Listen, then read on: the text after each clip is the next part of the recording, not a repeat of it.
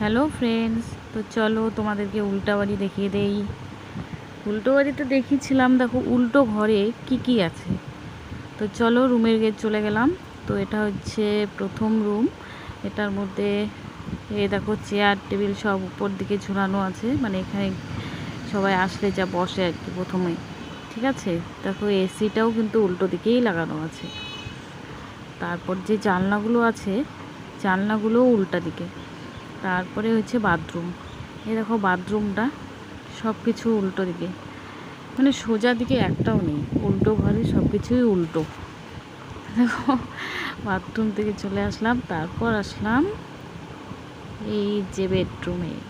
তো বেডরুমে দেখো বেড উল্টো দিকে, বালিশ সব উল্টো দিকে, জানলাটা সেটাও উল্টো দিকে লাগানো।